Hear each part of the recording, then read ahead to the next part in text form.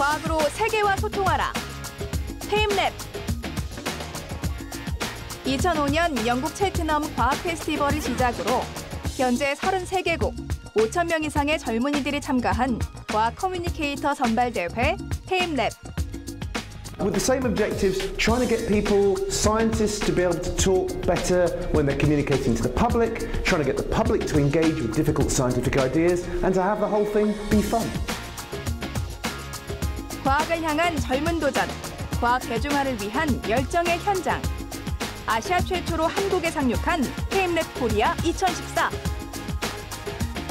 페임랩 코리아에서 우리 젊은이들이 과학기술을 굉장히 쉽게 설명할 수 있고 또 설명한 것을 근간으로 해서 쉽게 국민들이 이해할 수 있는 장을 마련했다는 것은 역시 창조 경제를 위해서 굉장히 중요한 과학기술을 지역간 확대를 위한 수단이다 이렇게 생각합니다. 서류와 발표 심사를 거쳐 선발된 최종 11명의 결선 진출자. 페임랩 코리아 2014. 한국 최초의 우승자를 가리는 결선 대회 현장. 지금 바로 만나본다.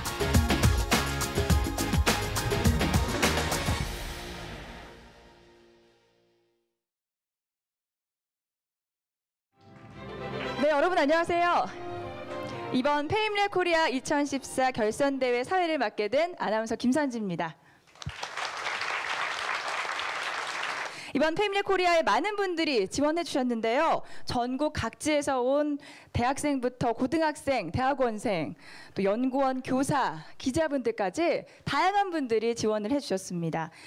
이렇게 많은 분들 중에서 1차 심사를 통해서 53인이 선정됐고요. 또 그중에서 우열을 가릴 수 없는 2차 심사를 통해서 이 자리에 바로 11분이 참석해 주셨습니다.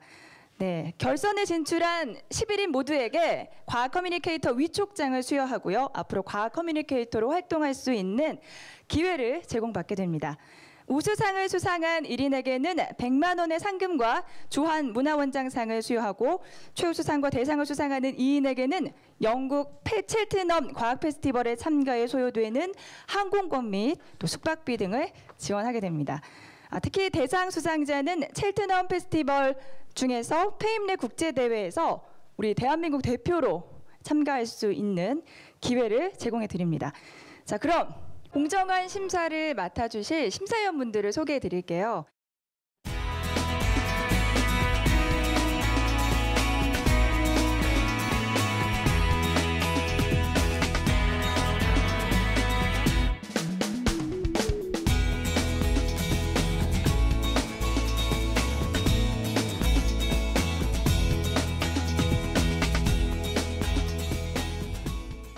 자, 그러면 결선대회 진행 방식을 먼저 설명을 해드릴게요. 11분이 차례로 발표를 진행하도록 하고요. 또 각 팀이 발표를 마치면 전문 심사위원의 질의응답이 이어집니다.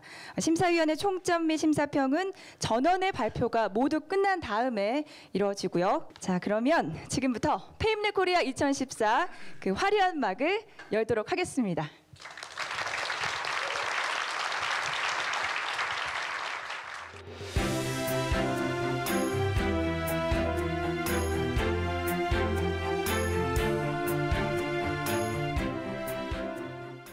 저도 이제 과학을 공부하면서 느꼈던 것들이 항상 있었어요.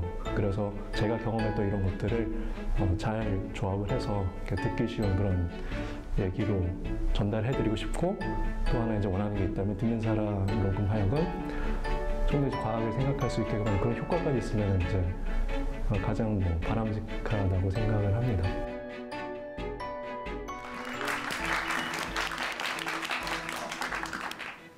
살아있음과 살아있지 않음을 구분하는 기준은 어디에 있을까요?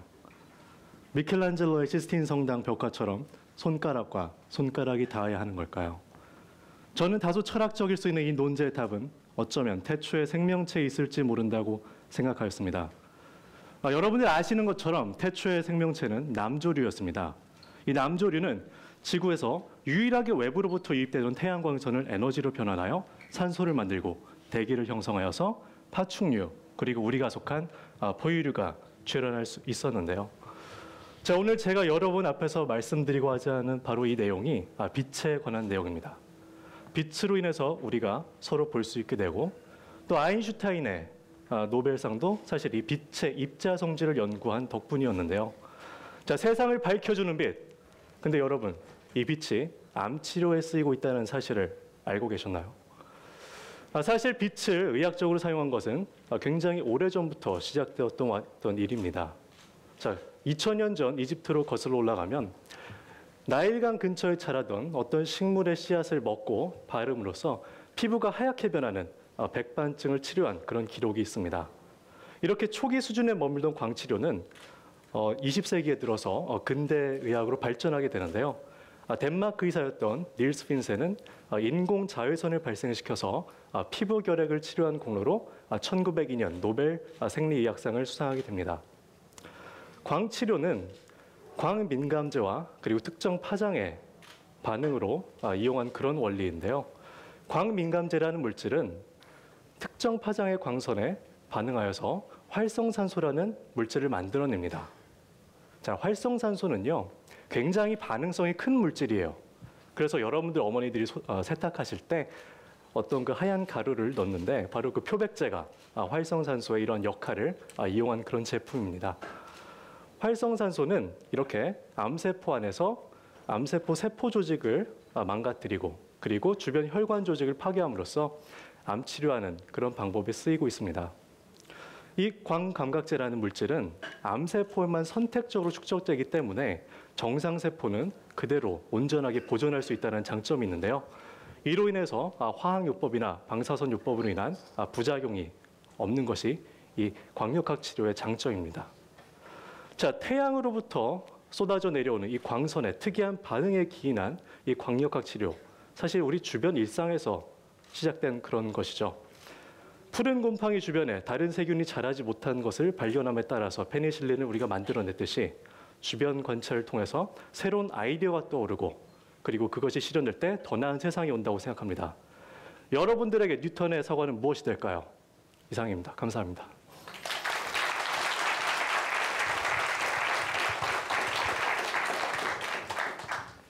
우선 이 광역학 치료라는 예. 주제를 선택하시게 된 이유가 뭡니까? 예, 저는 학부 때 이제 분자생물학을 전공하였습니다.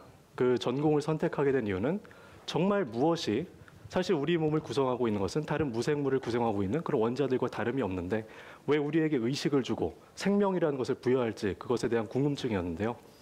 이러한 분자 수준의 기전 같은 것들을 공부하게 되면서 굉장히 세포 같은 것들도 신경체계도 기계적이다. 어떤 신호체계에서 움직인다라는 그런 인상을 받았습니다. 지금 굉장히 암은 흔한 질병으로 우리나라 국민 중 3명 중 1분이 이제 겪게 되는 그런 질병인데요. 암 치료법이 지난 100년간 굉장히 많은 발전을 이루었습니다. 지금도 이런 치료법들에 의해서 많은 분들이 혜택을 받고 계시지만 아직 끝나지 않은 그런 싸움이라고 생각이 듭니다. 이런 것에 있어서 새로운 치료법 또 순수과학에 기인한 그런 창의적인 사고는 더 필요할 것이라고 생각이 되고 마침 이 광역학 치료라는 것이 기존의 치료법들이 갖고 있던 그런 부작용에서 사람들을 해방시켜 줄 수 있고 또 초기 진단이 이렇게 많이 늘어나는 것에 시대에 부합하는 그런 치료법으로 이제 차세대 치료법으로서 주목을 받고 있는데요. 이런 것에 매력을 느껴서 이번 발표의 주제로 선정하게 되었습니다. 근데 이제 네. 이 광역학 치료는 사실은 조금은 지금은 네. 좀 요원한 얘기 아니에요? 네, 현실성 가능성이 좀 있어야 될 것 같은데. 예, 이미 대학병원에서는 시행이 되고 있습니다. 서울대학교 병원이라든지 서울 아산병원 그리고 고려대학교 병원, 순천향대병원에서 암센터에서 광역학 치료 센터로서 이제 시술이 되고 있는데요. 사실 이제 광역학 치료가 가장 적합한 그런 케이스는 초기 암에 이제 많이 적용이 되고 있고 암 치료에 이제 아시다시피 가장 최고의 방법은 외과적 절제술입니다. 하지만 여러 이유로 인해서 외과적 절제술이 어려운 경우가 있고 환자분의 건강 상태가 안 좋을 경우 다른 이제 치료법들을 병행하게 되는데요. 그런 데 있어서 지금 이 광역학 치료는 조직 손상을 최소화할 수 있기 때문에 폐암 치료나 식도암 그리고 여성분들 같은 경우 자궁경부암 치료에 초기 치료에 이제 적용이 되어 있다고 알고 있습니다. 네, 지금 하고 계시는 그 대표 예. 일 하시는 거라 이거하고 연결은 어떻게 하고 계시는지 조금 궁금한데요. 네. 저는 지금 창업한 지 2년 정도가 되었습니다. 근데 이제 창업하게 된 계기가 아이디어부터 시작을 했던 것인데요. 구강건강 상태가 정말 안 좋습니다. 우리나라 성인의 10분 중 7분들이 어떤 종류의 구강질환이든 갖고 계시는데요. 칫솔이 발견되거나 이제 만들어진 지는 사실 굉장히 오래 전 일입니다. 3,000년 전에 발명이 되어서 지금까지 큰 발전 없이 그 형태가 유지되고 있는데, 앞으로 고령 환자분들이 늘어나면서 그런 구강질환은 더 흔해질 것이고 대다수의 그런 환자의 출현이 예상되는 상황입니다. 이런 상황에서 저는 구강위생을 위한 1차적인 수단인 칫솔, 예방적 기능에 있어서 뭔가 전과 다른 그런 기술적 요소가 융합된 그런 제품이 필요하다고 생각이 되었고, 저는 이 광역학 치료를 구강위생 수단인 칫솔에 적용시키는 그런 제품으로 지금 사업화를 해 나가고 있습니다. 네, 차이차 씨의 발표였습니다. 고맙습니다. 네, 감사합니다.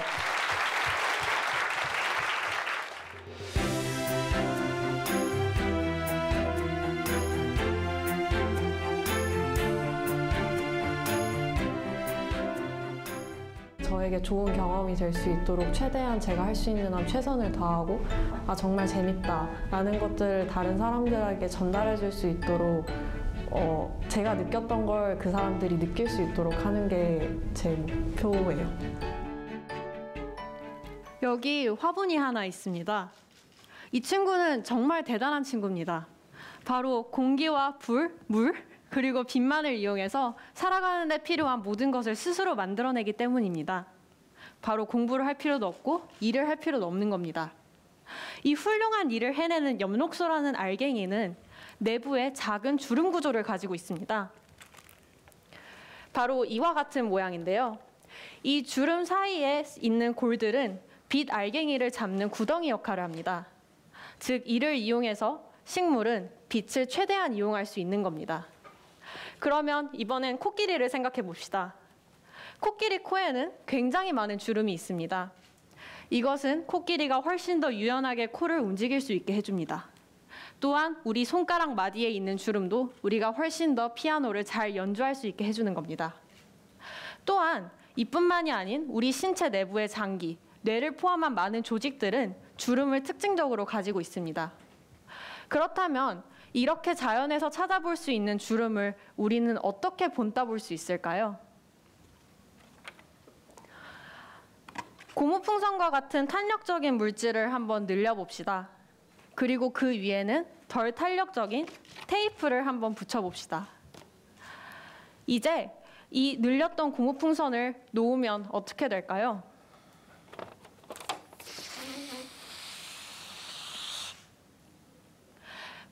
고무풍선은 놓으면 다시 돌아가려 하지만 그 위에 있는 테이프는 그렇지 않습니다. 이와 같은 불균형 때문에 고무풍선의 표면 위에는 작은 주름 구조가 만들어지게 됩니다. 우리는 직접 깎거나 인위적으로 만들어내는 방식으로 주름을 만들어내는 것이 아닌 작은 힘만을 이용해 스스로 주름이 만들어질 수 있게 할 수 있습니다. 자연은 우리에게 주름이라는 구조물을 보여주었습니다. 이 주름이라는 구조물을 이용해 식물은 훨씬 더 효율적인 광합성을 하고 코끼리와 우리 손은 훨씬 더 유연하게 움직일 수 있으며, 또한 우리 신체 내부의 조직들은 그러한 특징을 가지고 있습니다. 이제 우리는 자연이 알려준 이 주름이라는 구조를 이용해 훨씬 더 효율적인 태양광 발전을 가능케 할 것이고, 훨씬 더 유연한 디스플레이, 전자소자를 만들 수 있으며, 우리 신체 내부의 조직을 그대로 모사한 생체 조직을 인공적으로 만들어내 응용할 수 있습니다. 우리가 기억해야 할 것은 이 모든 것의 시작은 자연이 알려준, 자연으로부터 영감을 얻은 자연의 구조물이라는 것입니다. 감사합니다.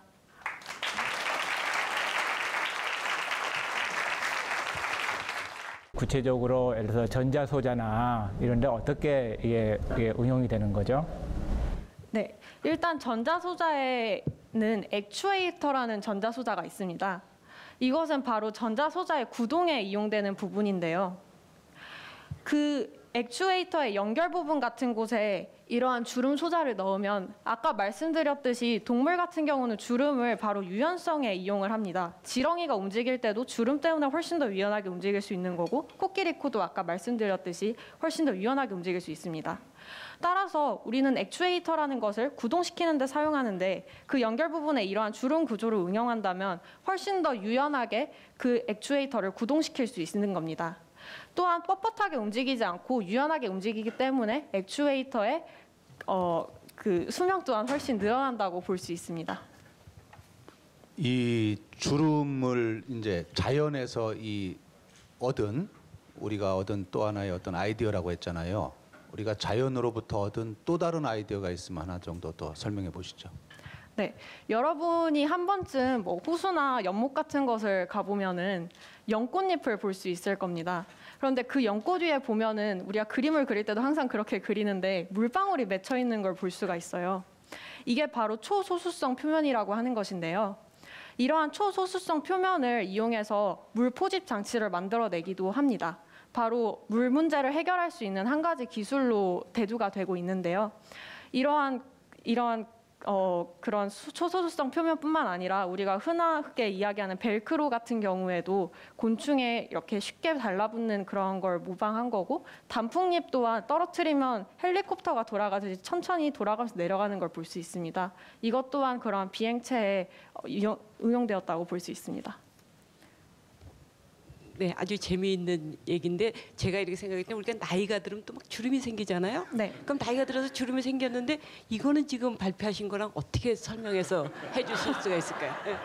네, 이제 나이가 들면 저희 엄마도 주름 때문에 굉장히 걱정이 많으신데 나이가 들면 피부에 탄력이 없어집니다. 그런데 아까 말씀드렸듯이 이 주름을 만들어내는 것은 그 물성의 탄력과 굉장히 많은 관련이 있어요. 그래서 우리의 피부는 여러 층으로 이루어져 있습니다. 단순히 한 층이 아니라. 그래서 이 표피, 즉 우리 피부가 탄력을 잃게 되면은 그 아래에 있는 표면과 또 이 차이가 생기게 되는 겁니다. 그래서 결국에는 이 주름이 또다시 만들어지는 거죠. 그리고 주름 이야기하니까 생각나는데 이 주름이 만들어지면 광학적인 효과도 함께 나타냅니다. 훨씬 더 어두워지거든요. 그래서 나이가 많이 들면 주름도 생기는데 더 서럽게 까매지기까지 하는 거죠.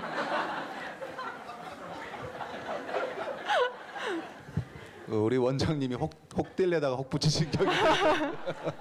네, 고맙습니다. 잘 들었습니다. 네, 감사합니다.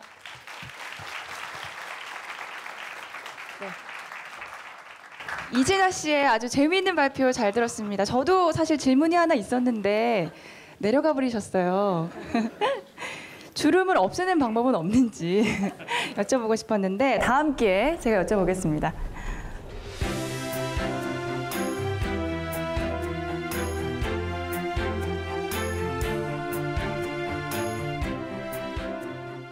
물론 여기서 상을 타서 영국으로 가도 굉장히 좋겠지만 그것뿐만 아니더라도 어떤 커뮤니케이션 할 수 있는 능력을 다져가지고 나중에 뭐 제가 더 커서 많은 사람들 앞에서 강연을 했을 때나 그럴 때도 훨씬 더 사람들에게 와닿을 수 있는 그런 얘기를 해주고 싶어가지고 이 대회에 참여하게 되었습니다.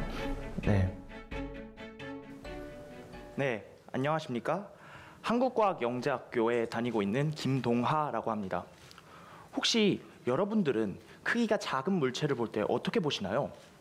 뭐 몇몇 분들은 돋보기를 이용해가지고 작은 글씨를 크게 키워 보신 분들도 계실 거고, 그리고 미생물이나 박테리아 같이 아주 굉장히 크기가 작은 생명체들을 보기 위해 현미경을 사용하기도 합니다. 하지만 그것보다 크기가 훨씬 더 작은 원자를 보기 위해서는 도대체 어떻게 해야만 할까요? 여러분 혹시 주변에 뭔가 날아다니는 게 보이시지 않나요? 자, 제가 여기 전자를 잡아왔습니다. 이 전자를 한번 상자 안에 넣어볼게요. 이 전자는 크기가 굉장히 작은 입자로 이런 입자들은 굉장히 신기한 성질들을 가지고 있는데요. 예를 들자면 이렇게 분명 상자 안에 잘 들어있는 입자들이 이렇게 벽을 통과하는 일들이 종종 발생합니다. 이런 현상을 바로 터널 효과라고 합니다. 과학자들은 원자의 표면을 관찰하기 위해 이런 터널 효과를 이용합니다. 실제로 그런 식으로 원자를 관찰하는 기구의 이름을 STM 또는 주사 터널링 현미경이라고 말을 하는데요. 일단 이 STM이 관찰해야 할 원자를 찾아야겠죠. 네, 여기 원자가 있습니다. 저희 어떤 분이 무슨 뭐 머리가 큰 얘가 조그만 원자를 하고 있냐고 말씀하신 것 같아요. 일단 무시하도록 합시다. STM은 바늘을 이용하여 원자를 관찰합니다. 이 바늘의 내부에는 전자들이 차 있습니다. 일단 이 STM이 원자를 관찰하기 위해서는 원자에 가까이 다가가야 합니다. 하지만 바늘과 원자의 거리는 가까워졌지만 실제로 이 사이에는 공간이 존재하게 됩니다. 전자들은 이 공간을 마치 벽처럼 느끼게 되어 원래대로라면 통과를 할 수 없지만 아까 제가 여러분들께 보여드렸던 것 같이 전자는 이 틈을 통과하고 원자로 이동하게 됩니다. 만약에 원자와 탐침 사이의 거리가 가깝다면 많은 양의 전자가 통과할 것이고 둘 사이의 거리가 멀다면 적은 양의 전자가 통과하게 될 것입니다.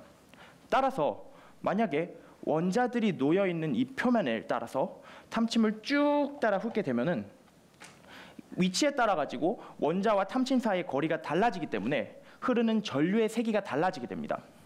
따라서 위치에 따른 전류의 세기를 관찰하게 된다면 우리는 실제로 원자가 어떤 식으로 배치되어 있는지 알게 될 것입니다. 제가 마지막으로 여러분들께 3가지만 말씀드리려고 합니다. 첫째, 전자는 벽을 통과하는 굉장히 신기한 성질을 가지고 있다는 점. 그리고 둘째, 이 전자가 벽을 통과하는 신기한 성질을 이용하여 과학자들은 원자같이 굉장히 작은 물체를 관찰하는 기술을 발견했다는 점. 그리고 마지막으로 과학자들은 어찌 보면 굉장히 불가능해 보이는 일들을 가능하게 만드는 사람들이라는 것입니다. 아직 과학이 해결하지 못한 문제는 무궁무진하게 많습니다. 과연 어떤 발명들이 우리를 기다리고 있을까요? 그 주인공은 바로 여러분들입니다. 감사합니다.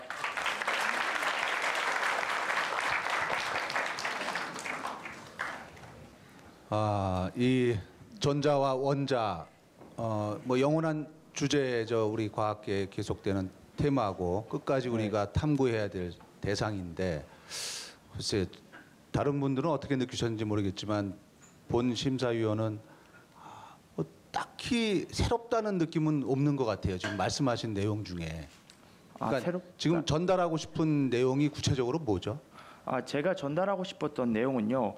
우선 첫 번째로 전자가 벽을 통과할 수 있는 굉장히 특이한 성질을 가지고 있다는 거예요. 저희가 이렇게 벽을 향해서 달려갈 경우에는 벽을 통과할 수가 없잖아요.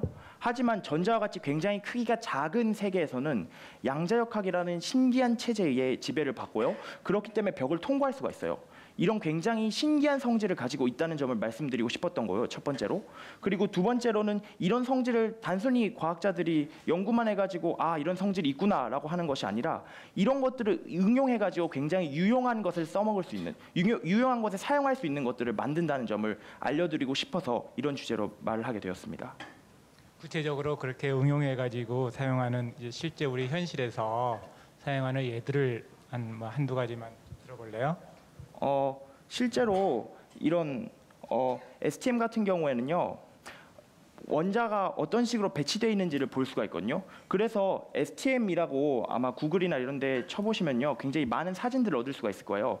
그래서 금속 표면 위에 어떤 식으로 원자가 배치되어 있는데 이런 원자를 어떤 식으로 배치가 되어 있는지 알 수 있고요. 그리고 또한 이 미세하게 이동을 시킬 수가 있어요. 그렇게 해가지고 원자들의 배열을 바꿈으로써 나중에 오게 될 나노 시대에 걸맞는 그런 장치들을 만드는 데도 굉장히 큰 도움이 될 수 있을 것이라고 생각합니다.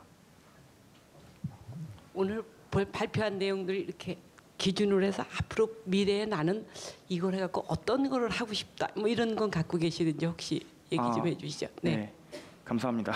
저는 굉장히 물리학에 관심이 많고요. 지금 실제로도 물리학을 굉장히 많이 공부를 하고 있거든요. 그래서 제가 나중에 커서라도 물리학을 굉장히 많이 공부를 하고 싶어요. 특히 뭐 요즘 굉장히 이슈가 되고 있는 것 중 하나인 힉스 입자 있잖아요. 예전에 나왔던 그 힉스 입자에 의해서 만들어진 그런 물리학 체계를 갖다가 입자 물리라고 하거든요. 그런 입자 물리에 대해서도 연구를 해보고 싶습니다. 네, 김동하 씨의 발표 잘 들었습니다. 감사합니다. 네.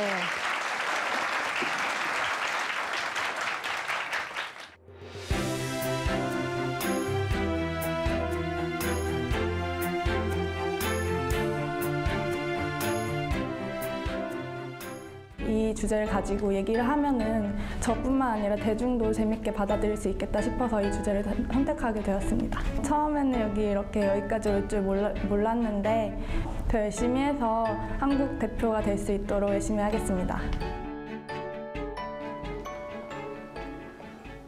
안녕하세요. 호기심 많은 박수민입니다. 저는 오늘 투명망토에 관한 이야기를 하러 나왔는데요. 투명망토 하면 여러분은 무엇이 떠오르시나요? 네, 해리포터가 떠오르시는군요. 만약 저에게 투명망토가 주어진다면 저는 심사위원석에 가서 저에게 몇 점을 주시는지 확인해보고 싶습니다. 네, 국내에서도 투명망토 물질에 대한 연구가 진행 중인데요. 영화 속에서나 볼 수 있었던 투명망토는 어떻게 만들어졌을까요? 먼저 투명망토 원리에 대해 이해하기 전에 굴절률에 대해 알아보도록 하겠습니다. 자연계에 존재하는 물질에서는 빛이 서로 다른 물질을 통과할 때 이렇게 꺾여 보이는 현상이 일어납니다. 이렇게 꺾이더라도 빛의 진행 방향은 그대로인 이것을 우리는 양의 굴절률이라고 부르는데요. 양의 굴절률이 있으면 음의 굴절률도 있지 않을까요? 그래서 러시아 물리학자 빅토르 베셀라고는 음의 굴절률에 대해 생각하게 되었습니다. 죄송합니다. 음의 굴절률에 대해 생각하게 됐고 그는 음의 굴절률을 가지는 물질에서는 빛의 방향이 반대로 휠 거라고 예상했습니다. 그럼 이 빨대는 이렇게 꺾여 보이게 될 것입니다. 그의 머릿속에서만 존재했던 상상 속의 물질은 금속이나 실리콘 등의 배열을 조정하여 만든 인공물질로 실현되었는데요. 그 인공물질은 자연계에 존재하지 않는 특성, 즉 빛을 꺾게 해주는 성질을 갖는 인공물질로 우리는 메타물질이라고 부릅니다. 천천히 하세요. 네. 그래서 이 메타물질은 빛을 휘게 한다는 특성을 꼭 기억해 주셨으면 합니다. 우리가 이 공을 볼 수 있는 것은 이 조명에서 나온 빛이 이 표면에서 반사되어 우리 눈으로 들어오기 때문인데요. 투명망토의 메타물질은 이 빛이 공의 표면을 따라 꺾여서 지나가게 해주고 이 물체를 지나가게 해줍니다. 그래서 이 빛이 반사되지 않기 때문에 우리는 이 물질을 볼 수 없게 되는 겁니다. 또한 이 물체를 지나간 빛은 물체 뒤편에 있는 다른 사물에 부딪혀 반사되고 다시 이 물체를 같은 방법으로 지나서 우리 눈으로 들어오게 됩니다. 만약 이 공에 투명망토를 덮게 되면 우리는 이 공을 볼 수 없고 이렇게 공 뒤편을 보게 됩니다. 기존의 메타물질을 이용할 때에는 이 물체에 딱 맞는 투명망토를 제작해야 했지만 국내 연구진이 개발한 스마트 메타물질을 이용하면 투명망토 스스로 스마트하게 물체의 모양에 맞게 이 굴절률을 조절하기 때문에 어떠한 물체도 감춰줄 수 있는 것입니다. 지금까지는 파장이 긴 마이크로파 영역에서의 실험이 진행되었지만 파장이 짧은 가시광선 영역에서의 실험이 성공한다면 해리포터의 투명망토 여러분도 직접 둘러보실 수 있겠습니다. 감사합니다.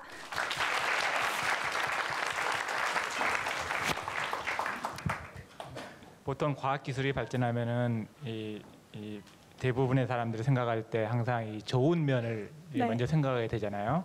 근데 반대로 정말 우리가 이 스마트 메타물질을 해서 투명망토가 실제로 이게 실용화가 되고 그랬을 때 그것의 이 장점뿐만 아니라 어떤 단점도 있지 않겠어요? 네, 그런 걸 한번 생각해 보셨나요? 네, 당연히 단점도 존재합니다. 일단 이 투명물질이 개발되면 군사적인 목적으로 이용할 수 있는데요. 우리가 알듯이 밀리터리복은 이렇게 위장을 이용한 거잖아요. 그 위장 대신에 우리가 투명망토를 쓰면 우리 군인들이 몸을 숨길 수가 있습니다. 반대로 이것을 이용하면 범죄자들도 자신들의 몸을 숨겨서 범죄에 이용할 수 있는데요. 이러한 경우에는 일단 그 스마트 메타물질을 군사적인 용도로만 사용할 수 있도록 제한을 하면 그런 범죄를 예방할 수 있지 않을까 생각합니다. 이 투명 물질을 활용하면 단순히 이렇게 눈에 안 보이는 역할을 넘어서서 어떤 분야로 이걸 확장시킬 수 있을까요? 네, 이것은 렌즈로도 개발을 할 수 있는데요. 예를 들어서 의료용으로 개발을 한다면 이 메타물질, 음의 굴절률을 갖는 물질을 이용하면은 우리가 볼 수 없었던 어떤 사물에 의해서 가려진 기관이나 장기 이런 것들을 관찰할 수 있을 것이라고 예상합니다. 이제 투명망토를 입으면은 우리한테 와서 점수를 보고 싶으시다고 그랬는데 그 점수를 제외하고 꼭 또 하고 싶으신 게 뭐가 있을까요? 투명 망토를 입었다 그러면. 투명 망토요. 저 같은 경우에는 여행을 상당히 좋아하는데 비행기 값이 많이 들잖아요. 여행을 공짜로 좀 가고 싶습니다. 제가 그러면 질문 하나 드릴게요. 정의선 교수님, 만약에 투명 망토가 생긴다, 뭐 먼저 하고 싶으신가요? 저한테요? 네, 교수님께 질문 드리는 거예요. 글쎄요, 제가 투명 망토 입을 생각을 아직 좀 안 해봐서 그 딱 생각이 빨리 안 나는데 어디 글쎄 여행 갈까요? 나도 같이 가시죠. 네, 그럴까 보죠. 네. 네, 그러면 박수민 씨 발표 마치겠습니다.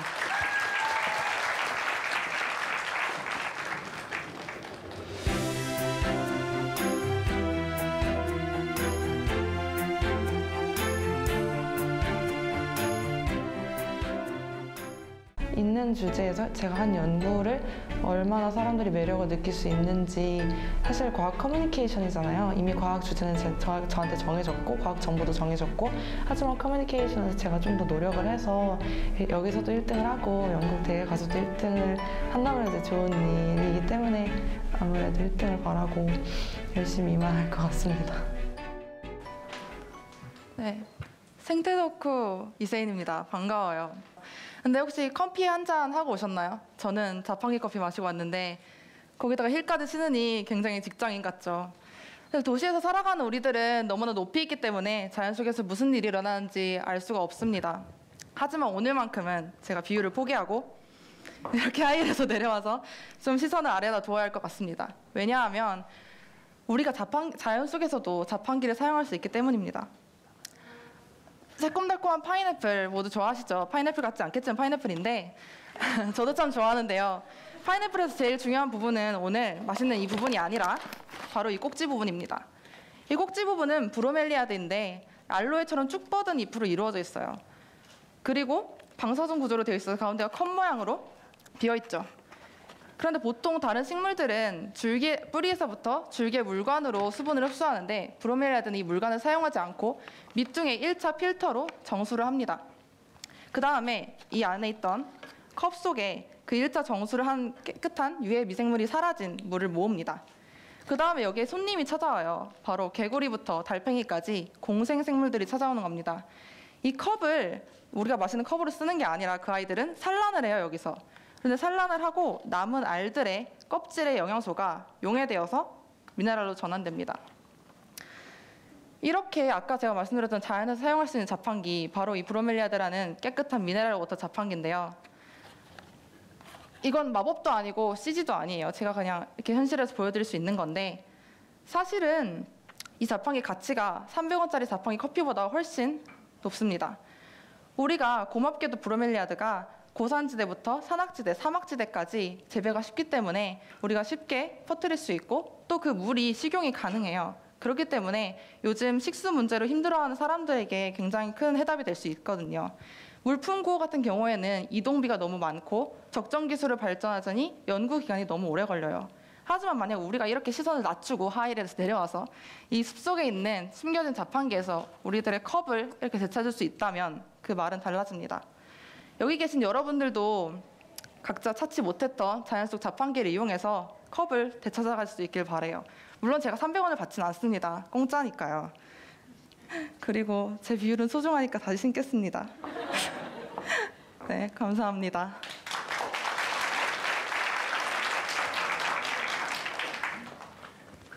그 자연 속 자판기라 그랬는데, 그러면 자판기는 비용을 지불해야 그 상품을 얻을 수 있잖아요. 네. 지금 말씀하신 발표 중에서의 비용은 어떤 거가 될까요?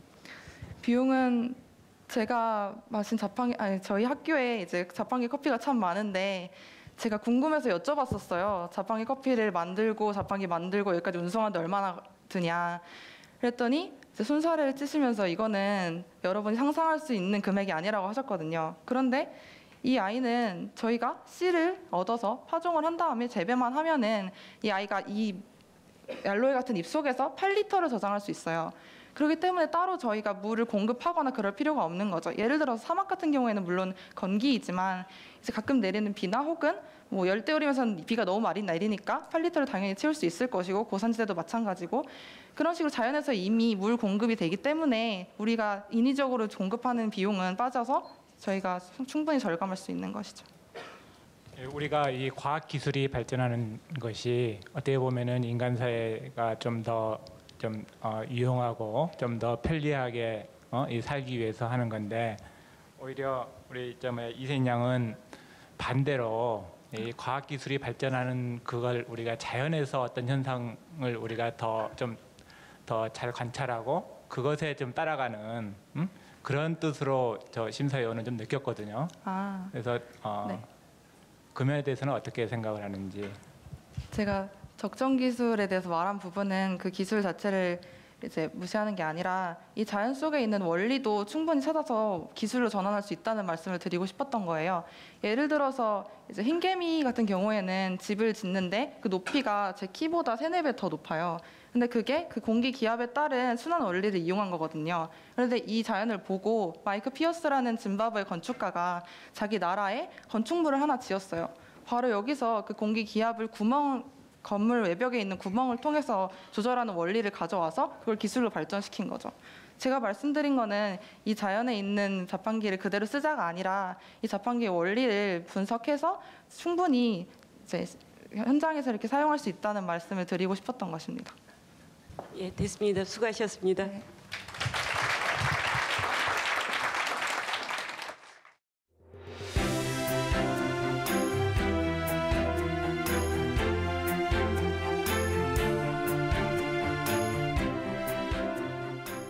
즐기는 거죠. 일단 지금 이 결선까지 왔는데 제가 발표할 때도 뭘 하겠다보다는 그냥 이거 재밌게 한번 즐겨보자 이런 느낌으로 했거든요. 근데 지금도 그렇게 열심히 하다 보면 좋은 결과 있을 거라고 개인적으로 생각을 하고 혹 설사 뭐 떨어지더라도 기쁘게 그냥 지금 이 순간을 즐기는 게 저의 최고의 전략이 아닌가 생각합니다. 고니고니 상고니 화이팅! 네, 안녕하십니까. 인류가 항생제와 백신 등 수많은 의약품을 개발하면서 인류의 수명은 급격히 연장이 됐습니다. 심지어 불치병이라고 여겼던 에이즈 같은 질병마저도 이제는 약으로 관리가 가능한 시대가 왔습니다. 이렇게 질병을 하나 둘 정복하던 인류에게 강력한 녀석이 나타났습니다. 바로 암입니다. 일단 정상세포 같은 경우는 기능을 하지 못하는 이 오래된 세포가 스스로 자살을 합니다. 그리고 새로운 세포가 분열을 해서 이 자리를 대체하게 되죠. 근데 암세포의 경우는 이 시스템이 망가진 겁니다. 돌연변이가 일어나가지고 이 녀석들이 암세포인데 암세포가 마구마구 분열을 하고 죽어야 할 것들이 죽지도 않습니다. 그래서 이 세포들이 덩어리가 되고 정상세포까지 대체하면서 정상세포들은 기능을 하지 못하고 결국 죽게 됩니다. 그리고 우리 몸은 아프게 되고 결국 환자가 죽음에까지 이르게 되는 것이죠. 그래서 많은 우리 선배 과학자분들께서 이걸 극복하기 위해 항암제를 개발을 합니다. 근데 이제 처음에 개발됐던 항암제는 이 암세포가 분열하는 특성을 이용해서 분열이 굉장히 빠른 세포를 골라서 야 이게 암세포구나 하고 공격을 했죠. 그래서 그 항암제들 덕분에 암세포가 죽었습니다. 근데 여기서 문제가 발생합니다. 정상세포 중에서도 분열이 굉장히 빠른 세포들이 있는 거죠. 특히 머리카락이나 점막이나 아니면 골수에 있는 그런 세포들은 분열이 굉장히 빠르기 때문에 항암제의 착각으로 인해서 공격을 받게 됩니다. 그래서 항암 치료를 받는 환자들이 구역질을 하거나 저같이 이렇게 머리가 좀 빠지는 이런 부작용들을 호소하게 되는 거죠. 그래서 또 과학자들이 이를 극복하기 위해서 그러면은 정상세포는 공격하지 않고 암세포만 공격하면 되지 않을까 고민을 하게 되고 암세포만이 갖고 있는 특징을 파악을 합니다. 연구를 한 결과 암세포가 정상세포와는 다르게 특이한 신호들을 만드는 것을 발견을 했습니다. 이 신호는 성장에 관련된 신호들인데요. 암세포가 어떤 신호를 만들면은 마구마구 분열을 하면서 덩어리가 마구마구 커져서 정상세포를 침식하게 되는 겁니다. 또 이 암세포가 이제 영양을 공급해야 하기 때문에 성장을 위해서 주변의 혈관들을 만드는 신호를 또 보내고 주변의 혈관들이 만들어집니다. 그래서 이 근데 이런 작용을 발견한 과학자들이 이걸 타겟으로 한 약을 개발하는 거죠. 바로 표적 항암제입니다. 이 표적 항암제는 이 암세포가 분열하기 위해서 보내는 신호를 차단하고 혈관을 만들기 위해서 나오는 신호를 차단하기 때문에 암세포가 크게 자라는 것을 막아주고 암세포의 영양 보급원을 끊어줌으로써 암세포가 굶어 죽게 합니다. 근데 이 신호가 정상세포에는 없기 때문에 정상세포는 온전히 살아있을 수 있는 것이죠. 이런 식으로 우리 인류가 과학으로서 암을 조금씩 하고 있습니다. 감사합니다. 아니 그 암세포 한번 들어보실래요? 예. 그거 어디서 파는 거죠? 저 이제 학교 앞에 알파문고라고 있는데 1,000원이면 이거 구매하실 수 있습니다. 그 안에 뭐 제가 이걸 어떻게 궁금해서 뜯어봤는데 네. 전지가 있더라고요. 그 안에. 전지가 있어서 이걸 흔들면 이렇게 과학입니다. 아주 재미있게 잘 들었습니다. 근데 약학대학 학생이라고 아까 잠깐 소개를 했잖아요. 약학대학 학생은 공부 굉장히 열심히 해야 되는 일반적으로 그렇게 얘기를 많이 하잖아요. 그래서 감사합니다. 약학대학 공부 열심히 하는 학생이 이렇게 발표도 잘하는 게 어떤 특별한 본인의 어떤 탤런트가 어떤 게 있다고 생각을 하시는지요? 제가 좀 쑥스럽지만 여기저기 사회를 보는 부업을 가지고 있어요. 대학교 축제 사회도 보고 뭐 결혼식 사회도 보고 이런 축제도 있는데 또 그런 점도 있고 과학을 좋아하는 제 그런 진지한 면도 있기 때문에 이 점들을 이어서 페임랩에서 선으로 만들어서 지금 보여드리고 있는 겁니다. 네, 그리고 한 가지 더 궁금한 거는 그 많은 여러 분야들의 얘기들을 뭐 탤런트가 있으니까 많이 할 수 있을 텐데 오늘 꼭 그 암세포라는 거를 주제로 다 한 어떤 특별한 이유가 있을까요? 이러면 좀 오랜 얘기로 들어가는데 제 전공을 선택한 얘기부터 말씀드리면 저희 어머니가 이제 이 자리에 와 계신데 암을 고등학교 3학년 때 앓으셨어요. 처음으로. 그래서 제가 이제 뭘 할까 그래서 열심히 공부를 했죠. 뭐 할 수 있는 게 없으니까 제가. 그래서 그러면서 이제 약을 공부하다 보니까 이거 항암제도 나도 해보고 싶다 이런 생각이 들더라고요. 그래서 뭐 여러 가지 생각을 하다가 대학원을 갔습니다. 근데 이제 아무래도 현실의 벽은 굉장히 높잖아요. 항암제가 괜히 안 만들어진 게 아닙니다. 많은 과학자들이 연구를 했는데 그게 안 됐는데 그래서 저도 이런 벽에 부딪히다 보니 제가 할 수 있는 게 너무 작아지고 너무 힘이 없어지더라고요. 그래서 그냥 오늘 앞으로 여태까지 과학자들이 어떤 노력을 했는지 짚어드리면서 희망이 있다는 거를 한번 얘기하고 싶었습니다. 그런 치료에 있어서 계속 발전이 왔었고 저희가 지금 이 세대에 살기 때문에 굉장히 그게 크게 느껴지지만 그 긴 인류의 역사에서 보면은 분명히 항암제를 개발할 수 있다, 암을 극복할 수 있다는 그런 메시지를 전달하고 싶어서 이 주제를 선택을 했습니다. 우리가 너무 과학기술 이런 것에 너무 이게 뭐랄까 좀 맹종이라고 할까.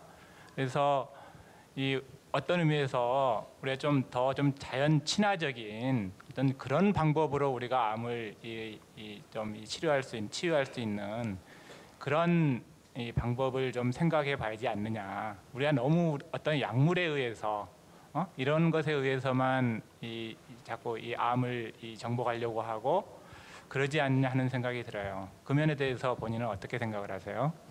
분명히 맞는 얘기고요. 일단은 암이라는 게 지금 정복되지 않았기 때문에 당연히 해답은 없습니다. 해답은 없음에도 불구하고 그렇게 자연을 통해서 자신의 면역력을 기르거나 운동이나 식이를 통해서 암을 극복하는 사례도 굉장히 많죠. 근데 그렇지 않은 경우도 있습니다. 분명히 유전자 검사나 이런 검사를 하면은 과학의 도움이 필요한 분들이 분명히 계시고요. 그 과학의 도움을 받는다면은 치유가 가능한 분들이 분명히 계시다는 거죠. 물론 이것을 맹신하면 안 되지만 분명히 이것으로 인해 혜택받는 분들이 계시고 이런 여러 가지의 해결책들이 모두 공존하는 지금 이 상태가 어찌 보면 당연하지 않나 이런 생각을 저는 합니다. 네. 이상군 씨 발표 마치겠습니다.